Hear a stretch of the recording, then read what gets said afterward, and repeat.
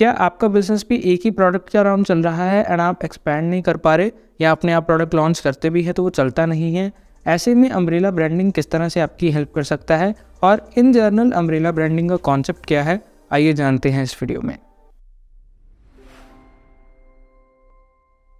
तो चलिए सबसे पहले समझते हैं अम्ब्रेला ब्रांडिंग होती क्या है। अम्ब्रेला ब्रांडिंग का सिंपल सा मतलब है जब एक अम्ब्रेला के अंदर आपके सभी ब्रांड्स या फिर प्रोडक्ट्स आ जाते हैं और आपकी ब्रांडिंग उसी अकॉर्डिंग चलती है, तो उसे अम्ब्रेला ब्रांडिंग कहते हैं। या फिर प्रिसाइसली ऐसे बोल सकते हैं आप, अगर एक पेरेंट ब्रांड की गुडविल आपके प्रोडक्ट्स या सब प्रोडक्ट्स एनहांस करते हैं, सब ब्रांड्स एनहांस करते हैं और आपकी ब्रांडिंग उसी के अकॉर्डिंग चल रही है, सेम ब्रांडिंग चल रही है, तो उसे हम अम्ब्रेला ब्रांडिंग बोलते हैं। इसको आप फैमिली ब्रांडिंग भी बोल सकते हैं। अगर आपको कुछ समझ में नहीं आया तो मैं आपको एक एग्जांपल देता हूँ, शायद उससे आपको क्लियर होगा। हम एग्जांपल लेते हैं कैडबरी की। कैडबरी एक पेरेंट ब्रांड है जिसके अंदर बहुत सारे प्रोडक्ट्स आते हैं, जैसे कि डेयरी मिल्क हो गया, eclairs, Bournvita, James, dairy milk shorts और ऐसे बहुत सारे प्रोडक्ट्स। तो ये जो प्रोडक्ट्स हैं इनकी ब्रांडिंग ऑलमोस्ट सिमिलर है। जैसे आपने देखा होगा पर्पल कलर में मोस्टली सारे प्रोडक्ट्स आते हैं और सब पे लिखा होता है Cadbury dairy milk, Cadbury James, Cadbury ये, कैडबरी वो, सभी प्रोडक्ट्स पे कैडबरी की ब्रांडिंग होती है। ये सारे प्रोडक्ट्स कहीं ना कहीं कैडबरी की गुडविल को एनहांस करते हैं, उसकी इक्विटी को एनहांस करते हैं। तो अम्ब्रेला ब्रांडिंग का कॉन्सेप्ट यही कहता है कि एक पेरेंट ब्रांड की गुडविल को जब उसके सब ब्रांड सब प्रोडक्ट्स एनहांस करते हैं तो उसे हम अम्ब्रेला ब्रांडिंग बोलते हैं। अब इससे फ़ायदा क्या है? फॉर एग्जांपल कैडबरी कल को एक नया प्रोडक्ट निकालता है तो उस पर भी कैडबरी की ब्रांडिंग होगी, तो डे वन से लोगों का ट्रस्ट उस प्रोडक्ट पे बन जाएगा क्योंकि वो सब प्रोडक्ट कैडबरी की ब्रांडिंग को यूज़ करते हैं।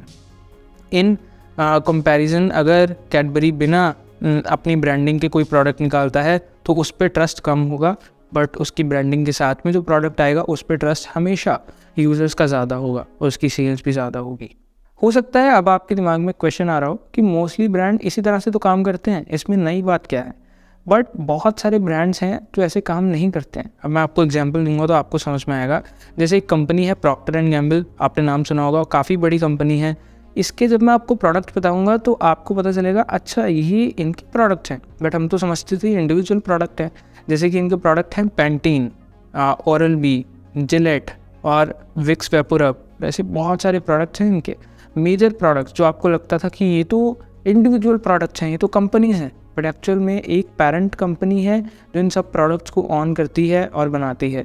बट ब्रांडिंग इंडिविजुअल है, इसकी वजह से आपको इनके बारे में पता ही नहीं था, आपको नहीं पता। बट कैडबरी के सभी प्रोडक्ट्स आप गेस कर सकते हो कि हाँ ये तो कैडबरी का प्रोडक्ट है क्योंकि ब्रांडिंग उसी तरह की है। तो आई होप आपको ये कॉन्सेप्ट पता चला होगा कि इंडिविजुअल ब्रांडिंग क्या होती है और अम्ब्रेला ब्रांडिंग क्या होती है। अगर आपके बिजनेस में प्रोडक्ट्स बिक नहीं रहे हैं या उनकी सेल्स कम है तो आप अम्ब्रेला ब्रांडिंग का इस्तेमाल कर सकते हैं। अम्ब्रेला ब्रांडिंग यानी कि एक पर्टिकुलर प्रोडक्ट या ब्रांड एस्टैब्लिश कर सकते हैं, आप कंपनी का ब्रांड एस्टैब्लिश कर सकते हैं, उसके अंदर जितने भी प्रोडक्ट्स हैं सब पे सिमिलर ब्रांडिंग रख के आप उनको सेल कर सकते हैं। अच्छा, क्या अम्ब्रेला ब्रांडिंग का कोई नुकसान भी है? हाँ बिल्कुल है। एक जनरल आइडिया देने के लिए मैं आपको दोनों के प्रोज एंड कॉन्स बताना चाहूँगा, बट सबसे पहले हम शुरू करते हैं अम्ब्रेला मार्केटिंग से। अम्ब्रेला मार्केटिंग का फ़ायदा ये है, पेरेंट ब्रांड अगर बिल्ड हो गया, आपका गुडविल बन गई, तो फिर सारे सब ब्रांड्स और सब प्रोडक्ट को उसका फ़ायदा मिलता है। उन सब प्रोडक्ट की सेल आपके पेरेंट ब्रांड की वजह से बढ़ती है।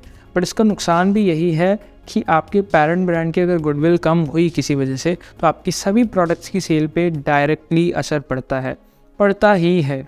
और अगर इंडिविजुअल ब्रांडिंग की बात करें तो उसमें आपको ये देखने को नहीं मिलता है, क्योंकि उसमें अगर आपके पेरेंट ब्रांड की गुडविल कम होती भी है तो आपके प्रोडक्ट्स की सेल पे नाम के बराबर असर पड़ता है, क्योंकि सबकी ब्रांडिंग अलग है।